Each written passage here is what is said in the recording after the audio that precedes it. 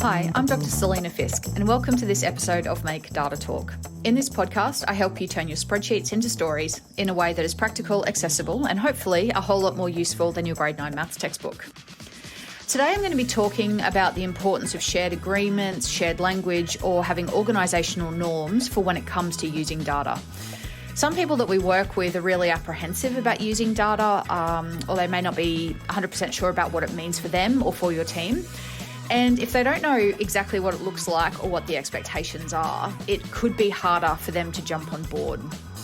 So what we can do is we can potentially develop some shared norms, and this could alleviate some of the fear that people have because we start to put a frame around how we use data and what it means to use data in this team or in this organisation. Ideally, and if we can do it well, we can potentially start having really positive and impactful data conversations because the parameters have been set and the expectations are super clear. A few years ago, I was working with an organisation who was trying to lead data and evidence-informed change across the entire organisation. They had a group of people that I had been working with over a number of months, and they were really on board and they understood, I guess, the direction and the strategy for the organisation, and they'd planned out what the next steps were going to be. And they came to me and said, look, we get it, we understand, and we see the value in this, and we want to lead whole organisation change. But we've got some people in our teams that are really apprehensive and they've never really used much data before. They don't really know what it looks like. They've got concerns about, will it be used for accountability? How is it going to reflect on me? Are there going to be consequences if I don't hit particular results and that type of thing? And so one of the things we decided to do was to set up some shared norms and agreements from the leaders, first of all, and then I presented those shared norms to the entire employee group before I then put them into groups to talk about their data. I want to share those with you in today's episode because I think they provide a useful frame. As I said in the introduction, what they do is they provide some clarity around what we actually think about data, what we believe here, and they start to help those employees who are maybe a little bit apprehensive and have lots of questions. They provide some scaffolding and some frames, but also it's a really great opportunity to have conversations about what each of these points mean. And when we can launch potential norms in the same way that we would with, say, meeting norms, we can potentially co-construct them with others, we can share them with our teams, but the idea is that it unpacks and leads to really powerful conversations about how we actually use it here. So in this episode, I'm going to go through the few things that are in my kind of generic list of my principles that I would consider including. You're very welcome to use these, modify them, use them as a bit of a prompt to get your people co-constructing their own. I'll put them into the show notes so you've got an example of them. But the first one is something along the lines of, we recognise that each data set reflects a small piece of the story. There is so much that it doesn't tell us. So this first principle or shared agreement is that as it says, that every little piece of data or every data set is just one piece of the story. We don't ever want to be an organisation that just focuses on a single KPI or a single metric or determines success or not based on one metric, because every one of those only is ever going to represent a really small part of what we do. It's never going to represent everything. And so there's real value in acknowledging that upfront. And particularly when we're working with humans or we're working in a human-centered industry, we know that no data set is ever going to truly reflect a human being. There is so much more to us. We're far more complex beings than just being able to be represented in one metric. The second principle that I use is that as a team and as an organisation, we acknowledge that all data sets have noise and bias in them. So we want to make sure that we're using multiple sources of information to inform our decisions. Acknowledging that every data set is imperfect is a really important place to start, because one of the criticisms that people often have about the use of data is challenges with noise, with bias, and with validity and reliability.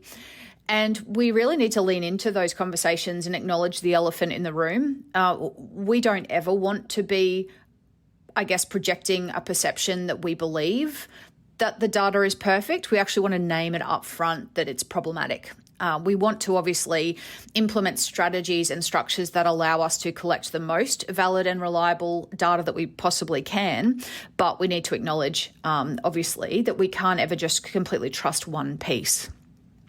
What we want to do then, the second part of that point, using multiple sources of information, alludes to that point around triangulation. So in a perfect world, we would be using 3 or more data sets to get a really good understanding, a well-rounded picture of what's going on.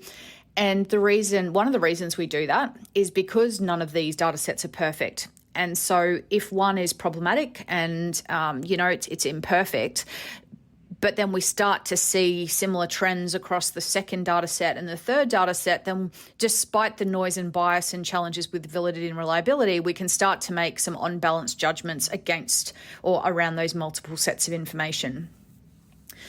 The third point that I always refer to is that we acknowledge no single person has all the answers, and we value dialogue, not a one-way transfer of information.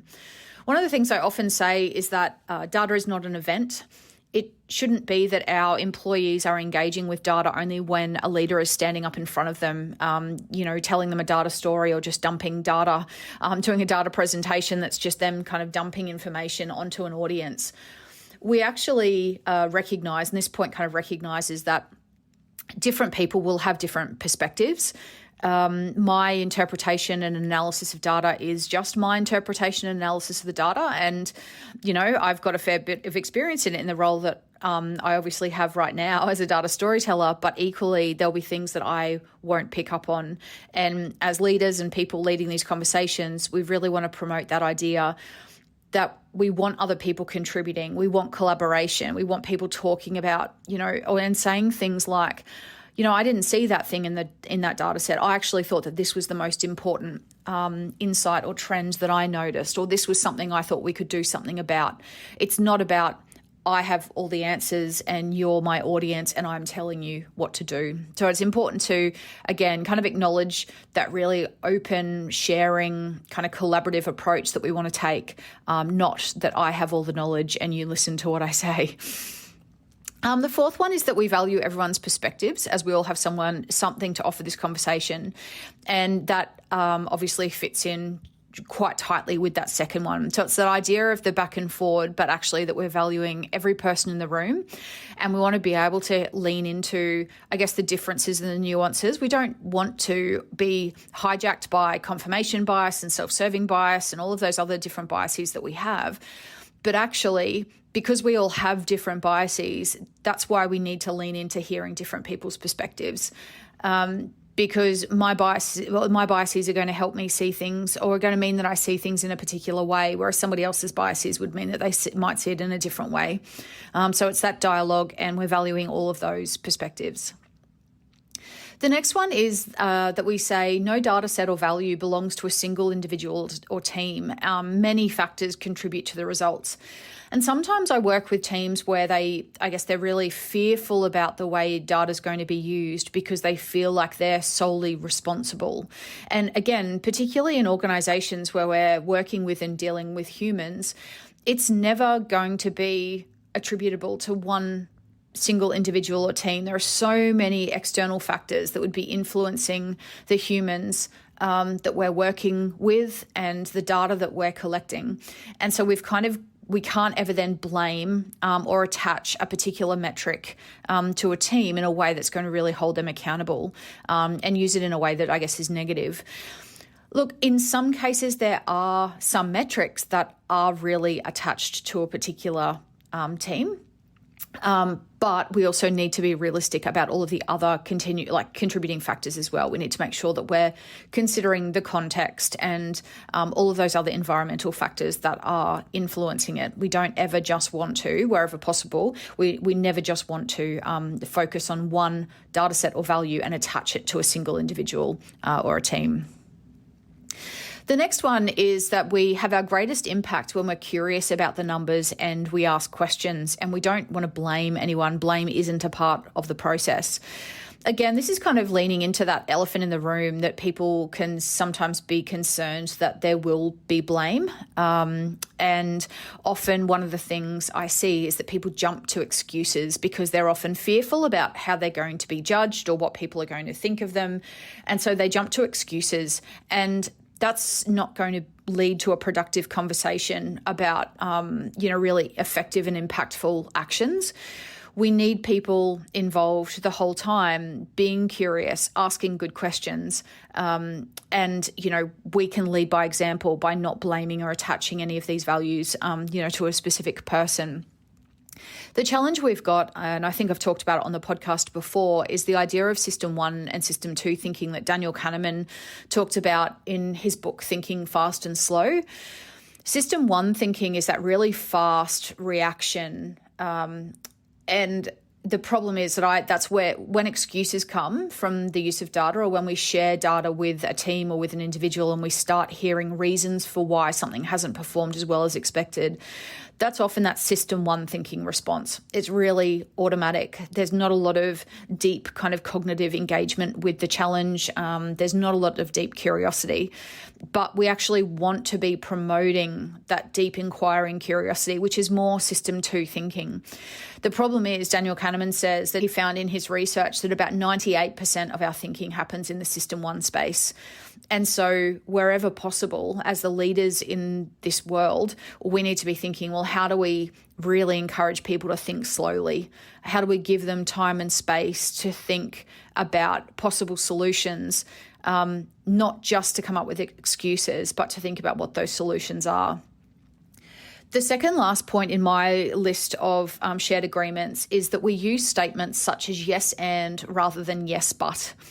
And this is a really good leadership frame, full stop, that we use yes and rather than yes but. But when it comes to the use of data, the excuses might come. People might come up with, it could be different demographic information. It could be the economy. It could be the market. It could be the weather. There could be so many different reasons why people explain a metric or explain some results. Now, all of those things that they bring up might actually be true. And that's where we're able to potentially say, yes, and what is possible. Yes, all of those things might be happening. Yes, the economy and the market might be like that. The weather might have been like that. Yes, there might have been a whole lot of turnover in the team, and we don't have a lot of experience in the team anymore. And what is still possible in our sphere of influence, knowing what we know right now. Whereas when people jump to excuses, they're often saying, yeah, I know that that's a really low result, or I know that hasn't performed as we expected, but this is why. And so we want to shift from the yes, but into the yes, and what can we actually do about it? The final point from me then in this list is that we use collaborative language. So we use language like we, us, and our team rather than you or they. That collaborative language, again, is it's more broadly, it's really good leadership advice. We don't want to be talking about me or what I think we should do. We want to be talking about our team and using more collaborative language. But again, when we do this with data, we're more implicitly, sending a message to our people that the data that we're looking at is actually about all of us. It isn't ever about a single team. It's not about a single person. And this is reiterating one of those earlier points. If we were to say to them, no single person or team is being connected or blamed for a particular data set, and then we start using language like, what are you going to do? That's your team's problem, like your team hasn't performed very well. It's going to send really mixed messages. So we need to make sure that we're using collaborative language so that what we say and what we do is in alignment, and there's no kind of disconnect between the language that we're using and the way that we're approaching the data. So that's a list of principles that I tend to go through. As I said, a few options you've got is that you could potentially use this as a basis and, get people to maybe agree to it or make changes to it. You could modify this list. It'll be in the show notes for you. You could also use this as a bit of a prompt and get your people to potentially co-construct their own principles and ideas. What do they want to stand for and what do you stand for as an organisation? So you'll be able to find those in the show notes. I hope they're helpful. As I said at the beginning, particularly when you have people who are a little bit apprehensive about the use of data, some of these principles can really, help you address the elephant in the room, help you set some of those parameters and help provide clarity for staff about, how you actually use data in your organisation and how you're going to approach it. So thanks so much for joining us for this week's episode of Make Data Talk. If you'd like to stay connected, this podcast ends up as a newsletter on LinkedIn, so you can find that. It's called Make Data Talk. You can find that through my profile at Dr. Selena Fisk. And I know lots of you have been giving me awesome feedback about how you're using either the podcast or the newsletter in team meetings when there's a particular topic of interest or it's relevant at the time that you're using that in meetings with other people in your team. So that's awesome feedback. I love to hear it.